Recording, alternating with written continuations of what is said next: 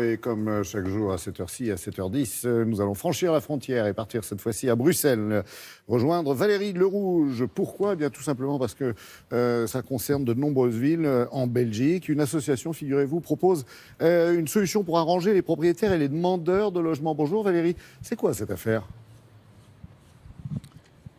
Bonjour Laurent, bonjour à tous. Il s'agit de régler le problème des logements vacants qui est criant dans plusieurs grandes villes françaises, mais également ici en Belgique. C'est donc une sorte de squat encadré et légalisé et qui arrange tout le monde. Vous savez, pour des propriétaires, que ce soit pour une bonne ou mauvaise raison, avoir un logement vacant, c'est le meilleur moyen pour qu'il se dégrade, c'est le meilleur moyen pour qu'il soit squatté illégalement et il faut payer une taxe de logement vacant à Paris comme à Bruxelles pour une maison typique bruxelloise, comme on les appelle ici, eh bien c'est l'équivalent de 5 à 6 000 euros par an. Pour les demandeurs de logements ou de locaux commerciaux, on connaît la musique dans les capitales, c'est cher, c'est rare, il faut des garanties, même si c'est un peu moins criant et ici qu'à Paris. Alors une association, Comuna, organise l'occupation de ces logements vacants. Ça évite aux propriétaires de payer la taxe et ça fait des résidents et des jeunes entrepreneurs heureux. Vous allez le voir dans ce reportage de Quentin Barréa et Hervé Verloès. Au moins 15 000 logements vides à Bruxelles et 1,5 million de mètres carrés de bureaux inoccupés, alors que des familles peinent toujours à se loger. Le problème ne date pas d'hier. Mais des citoyens ont mis en place une solution. L'association Comuna propose d'occuper les lieux vides, qu'ils soient publics ou privés, et de les mettre à disposition de ceux qui cherchent un logement ou un local professionnel. C'est le cas de Yago, qui occupe les lieux de ce bâtiment récupéré par la ville pour développer son atelier de réparation d'enceintes pour 100 euros par mois.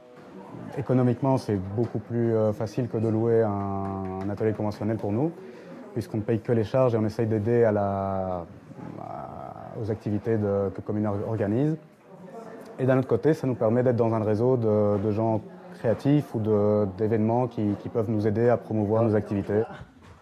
Pour convaincre les propriétaires, l'association a instauré un contrat d'occupation entre les deux parties afin que tout le monde s'y retrouve.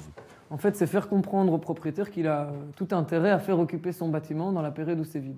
Donc un bâtiment vide, ça comporte en fait des coûts, donc de gestion, de maintenance, de sécurisation. Et nous, ce qu'on lui propose, en fait, c'est pendant cette période qui peut durer 6 mois, 1 an, 2 ans et plus, pendant laquelle son bâtiment va rester vide, par exemple parce qu'il attend un permis d'urbanisme, eh bien, on va utiliser ce lieu à des fins sociétales, à des fins positives, et en lui faisant économiser en fait du temps de gestion et de l'argent.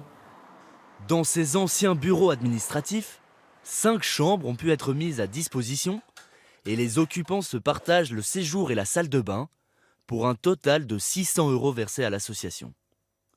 Guillaume est arrivé ici il y a 7 mois.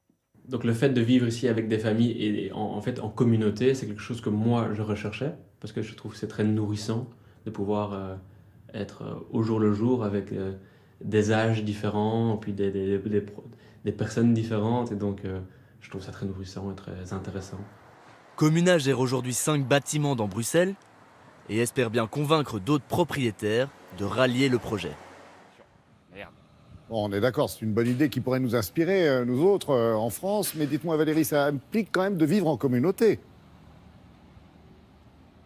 Oui, alors il y a une partie privative, effectivement, des parties communes, mais c'est la philosophie même du projet. Comuna n'est pas seulement un entremetteur entre propriétaires de logements vacants et demandeurs de logements. Il organise, il inclut dans tous ces immeubles des ateliers artistiques, des galeries d'art, des espaces de coworking ou encore des cafés associatifs auxquels participent les résidents. Merci beaucoup Valérie, passez une très belle journée à vous et vos équipes bien sûr.